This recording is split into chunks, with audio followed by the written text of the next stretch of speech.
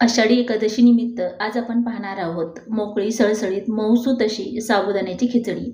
तर ही खिचडी करताना शेंगदाणे कशा प्रकारे भाजायचे किंवा त्याच्यातले सालं कसे काढायचे जेणेकरून घरात राडा किंवा घाण होणार नाही आणि साबुदाणा कशा प्रकारे मऊसूत झाला पाहिजे, चिकट नाही किंवा कमीही भिजला नाही पाहिजे।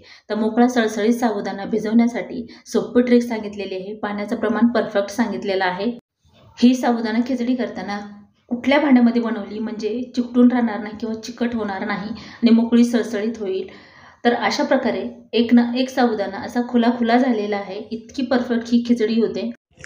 नमस्कार, रुचकर स्वाद या यूट्यूब चॅनलमध्ये तुम्हा सर्वांचं मनापासून स्वागत आहे। तर आषाढी एकादशी निमित्त तुम्हा सर्वांना आषाढी एकादशीच्या खूप खूप शुभेच्छा। आज आपण अगदी मोकळी सळसळीत होणारी साबुदाण्याची खिचडी पाहणार आहोत। साबुदाणा कसा भिजवायचा, त्याच्यामध्ये पाणी किती टाकलं म्हणजे साबुदाणा परफेक्ट भिजेल, पाणी जास्त पण होणार नाही आणि कमी पण पडणार नाही। साबुदाणा करताना जर का आपल्या घरातील छोटे मुलं असतील, वयस्कर व्यक्ती असेल तर साबुदाण्यामध्ये शेंगदाण्याचं कूट कसं टाकावं, किती प्रमाणात टाकावं, ह्या बारीक सारीक अनेक गोष्टी आपण ह्या व्हिडिओमध्ये पाहणार आहोत। साबुदाण्याची खिचडी अतिशय मोकळी सळसळीत तर झाली पाहिजे पण मऊसुद्धा झाली पाहिजे। तर चला तर मग आपण रेसिपीला सुरुवात करूयात। साबुदाणा भिजवताना थोडंसं पसरट भांडं घ्यायचं म्हणजे साबुदाणा पसरून असेल ना तर पाणी फक्त खालच्या साबुदाण्याला भेटेल जास्त आणि वरचा साबुदाणा थोडासा असा कोरडा होईल। यासाठी पसरट भांडं घ्यायचं आहे। इथं 2 वाटी साबुदाणा घेतलेला आहे। हा मोठा साबुदाणा आहे आणि वजनी म्हणाल तर ही 300 ग्रॅम आहे। तर तुमच्या आवडीनुसार कमी किंवा जास्त घेऊ शकता। तर आता हे साबुदाणा थोडंसं जास्तीचं पाणी टाकून खळखळ असा 2 वेळा धुवून घ्यायचा आहे।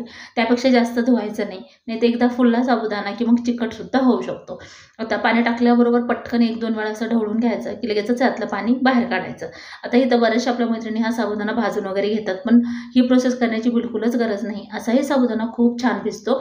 फक्त संध्याकाळी 8-8:30च्या दरम्यान आपल्याला हे साबुदाणा भिजायला घालायचं आहे। आता डबल मी पाणी टाकलेलं आहे, परत हाताने ढवळून घेतले आणि त्याच्यानंतर यातलं पाणी एक ना एक काढून घ्यायचं आहे। एक ना एक पाणी काढलं ना तर मग आपल्याला पाण्याचा अंदाज येतो, म्हणजे एक्स्ट्राचं पाणी आपल्या साबुदाण्यात राहत नाही किंवा साबुदाणा आपला चिकट वगैरे होत नाही। मोकळा सळसळीत साबुदाणा होण्यासाठी यातलं एक ना एक पाणी काढणं गरजेचं आहे। तर आता हे पूर्ण पाणी काढून घेतल्यानंतर आता आपण याच्यामध्ये दुसरं पाणी ॲड करणार आहोत। तर हे पाणी बाजूला घेऊया। आता इथं थोडंसं ब्लर वाटत असेल तुम्हाला, रात्रीचा व्हिडिओ शूट केल्यामुळे हा प्रॉब्लेम होतो। तर आता इथं ज्या वाटीनं आपण साबुदाणा मोजून घेतला आहे ना त्याच वाटीनं आपण इथं पाणीसुद्धा टाकणार आहोत।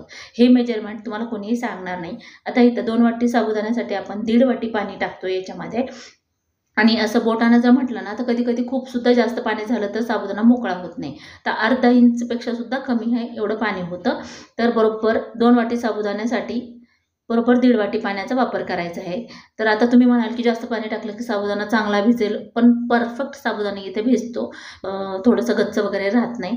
तर ज्या वाटीने घेतलं ना साबुदाणा त्याच वाटीनं पाणी पण टाकून घ्यायचं आहे। आता हे रात्रभर आपण भिजायला ठेवूया। तर इथं आपला साबुदाणा छान असा भिजलेला आहे। स्टीलचं झाकण थोडंसं ढिल्लं बसत होतं म्हणून मी दुसरं झाकण ठेवलं होतं। तर बघू शकता एकदम मोकळा सळसळीत, आता दाबून दाखवते, हे बघा एकदम मऊसूत असा हा साबुदाणा भिजलेला आहे। तर जास्त जर पाणी झालं तर चिकटसुद्धा होतो आणि ते चवीलासुद्धा व्यवस्थित लागत नाही किंवा खावंसं वाटत नाही। त्यामुळे हे पाण्याचं प्रमाण खूप परफेक्ट आहे। छोटे मुलं किंवा वयस्कर व्यक्तीसुद्धा खाऊ शकतात। आता इथं आपण कढई ठेवलेली आहे। कढईमध्ये आपल्याला पहिल्यांदा शेंगदाणे भाजून घ्यायचे। आता शेंगदाणे भाजून घेताना तुम्ही भाजीसाठी कसेही थोडे कच्चे शेंगदाणे भाजून घेतले ना तरीही चालतं, पण साबुदाण्याची खिचडी बनवत असाल ना तर कुरकुरी शेंगदाणे हवे आणि थोडेसे ओबडधोबड। आता इथं शेंगदाणे भाजताना सुद्धा व्यवस्थित भाजून घ्यायचे आणि तुमच्या घरामध्ये वयस्कर व्यक्ती असतील, छोटे मुलं असतील तर ओबडधोबड शेंगदाणे ठेवले किंवा थोडे जाडसर ठेवले तर त्यांना ते चावत नाही किंवा खाता येत नाही छोट्या मुलांना किंवा वयस्कर व्यक्तींना। त्यामुळे शेंगदाणे थोडेसं बारीक कूट करायचं, म्हणजे असं थोडंसं व्यवस्थित कूट जर केलं तर साबुदाणा मोकळा असेल तर बिलकुल चिकट होत नाही आणि ज्यांना जसं हवं असेल त्याच्यानुसार तुम्ही करू शकता। आता हे शेंगदाणे भाजलेले आहेत। आता जोपर्यंत गरम कढई आहे ना तोपर्यंत त्याच्यातच ठेवायचे आणि मध्ये मध्ये 1-2 वेळा हलवून घ्यायचे। असं केल्यानं काय होतं, म्हणजे शेंगदाणे जे आहेत ते परफेक्ट असं भाजले जातात आणि त्याला कुरकुरीतपणा येतो, असं थोडंसं नम असं होत नाही। त्यामुळे शेंगदाणे भाजून घेतल्यावर जोपर्यंत कढई गरम आहे तोपर्यंत त्यातच ठेवून द्यायचे आहेत, म्हणजे सालंसुद्धा पटकन निघायला मदत होते। आता हे बघा मी मध्ये मध्ये 1-2 वेळा हे शेंगदाणे हलवून घेतलेले आहेत। आता हे शेंगदाणे थंड करण्यासाठी ठेवूयात ह्याच कढईमध्ये। इथं आपण मीडियम साईजचे 2 बटाटे साल काढून घेतलेले आहेत. तुम्हाला हवं असेल तर साली सगट ठेवले तरी चालतं. आता एका बटाट्याचे 3 असे चकत्या करून घ्यायच्या आहेत आणि त्याच्यानंतर आपल्याला त्रिकोणी आकारामध्ये हे बटाटे कट करून घ्यायचे आहे. तुमच्या आवडीनुसार कशाही प्रकारे बटाटा कट करून घेतलं तरीही चालतं, पण बारीक असं कट करून घेतलं ना तर परतायला बरं पडतं. फक्त 1-2 मिनिटच लागतात आपल्याला परतण्यासाठी. तर असे त्रिकोणी तुकडे मी करून घेते आहे. तर सर्व बटाटे अशाच प्रकारे त्रिकोणी तुकडे करून घेऊया. हे बघा अशा प्रकारे तुम्ही लांबट आकारात करू शकता किंवा चौकोनी क्यूबसारखे करू शकता. फक्त खूप मोठं ठेवायचं नाही, तर मीडियम आकाराचे करून घ्यायचे आहेत. आता इथं पूर्ण दोन्ही बटाटे कट करून असे घेतलेले आहेत. हे बाजूला करून घेऊया आणि 2 पाण्याने स्वच्छ धुवून घ्यायचे आणि त्याच्यानंतर एखाद्या अशा कपड्यावर टाकून कोरडे करून घ्यायचे आहेत. म्हणजे हे ओलसरपणा असं जर ठेवला, पाण्यातून काढून डायरेक्ट तेलात टाकले तर तेलाला पाणी सुटतं, व्यवस्थित परतत नाही.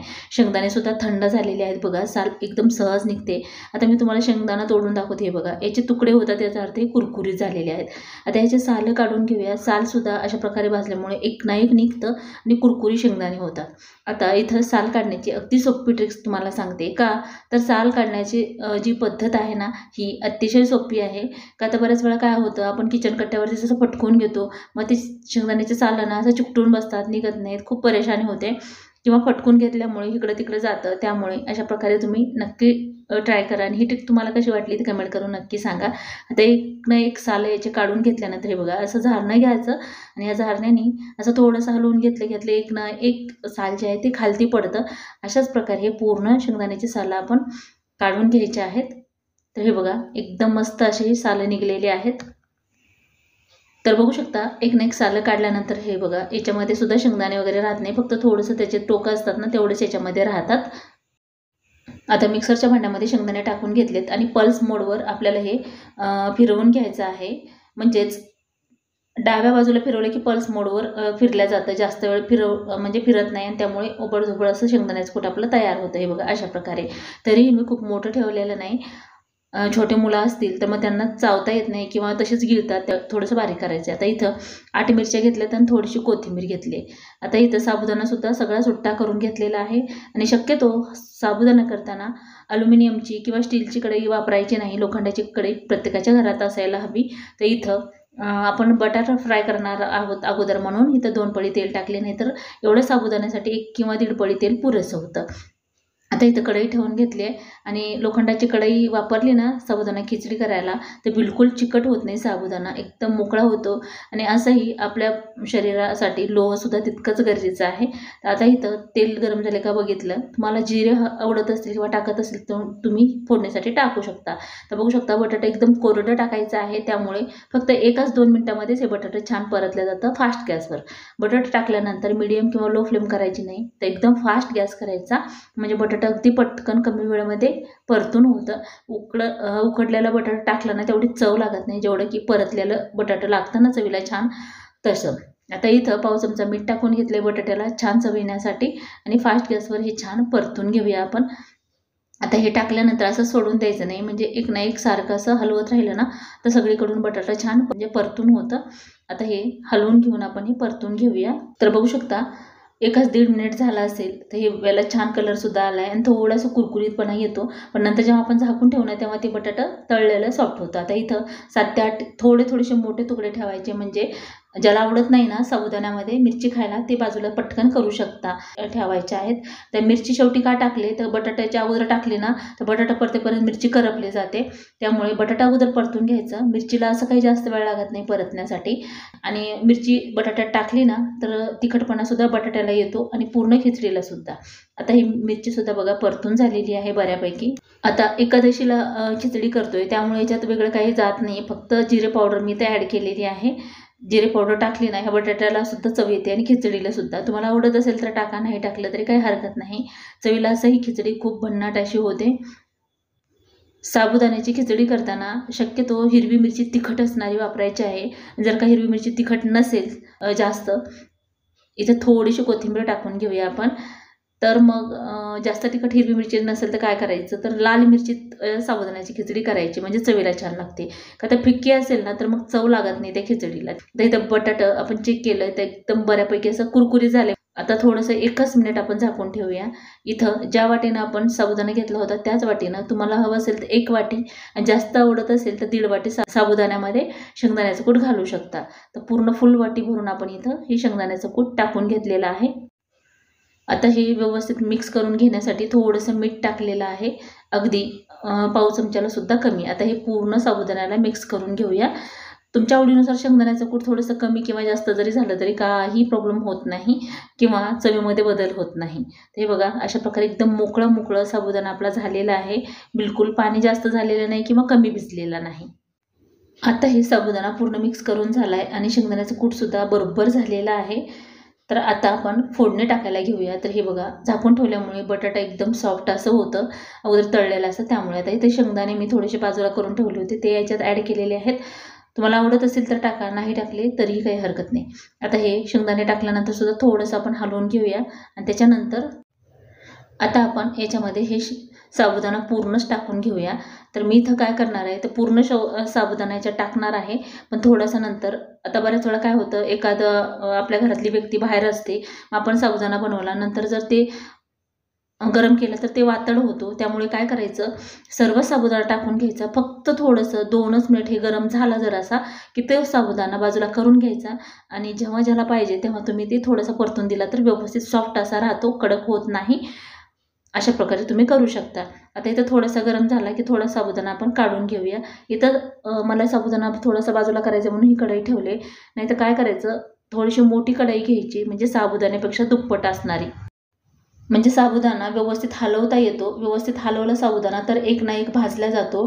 ट्रान्सपरंट होईपर्यंत साबुदाणा आपल्याला भाजावा लागतो. आता हे बघा थोडासा पांढरा दिसतो कुठं तर थोडासा ट्रान्सपरंट असा दिसतो. तर जेव्हा पूर्ण साबुदाणा ट्रान्सपरंट होईल तेव्हा समजायचं की आपली खिचडी व्यवस्थित भाजलेली आहे किंवा परतून झालेली आहे. कच्चं खिचडी राहिली नाही पाहिजे. आता इथं 1-2 मिनिट आपण हे थोडंसं परतून घेतल्यानंतर, तर आता इथं मी थोडंसं साबुदाणा जे आहे ते काढून घेणार आहे. जेवढं आपल्याला काढून घ्यायचं आहे तेवढं घेऊ शकता. तर हा साबुदाणा आता थंडीचे दिवस असल्यामुळे तुम्ही वरती ठेवला तरी चालतं, पण उन्हाळ्याच्या दिवसात असं करत असाल तर फ्रीजमध्ये ठेवायचा, पण व्यवस्थित हवाबंद डब्यामध्ये ठेवून द्यायचा आहे. तर हे बघा अशा प्रकारे आपण काढून घेतलं. तर लोखंडाच्या कढईमध्ये साबुदाणा केल्यानंतर हे बघा कढईला बिलकुल चिकटून राहत नाही आणि कमी तेलामध्ये एकदम परफेक्ट मोकळा सळसळीत आणि मऊसूतसुद्धा हा साबुदाणा होतो. बघा मी तुम्हाला खाली थोडंसं दाखवते, बिलकुल चिकटलेला नाही आणि तेलाचं प्रमाणसुद्धा जास्त टाकायचं नाही खिचडीमध्ये, नाहीतर साबुदाणा असा चिकचिक लागतो, व्यवस्थित चवीला लागत नाही. थोडंसं मीठ कमी होतं, थोडंसं ॲड केलेलं आहे. परत हे साबुदाणा मीठ टाकल्यानंतर हलवून घ्यायचं आहे.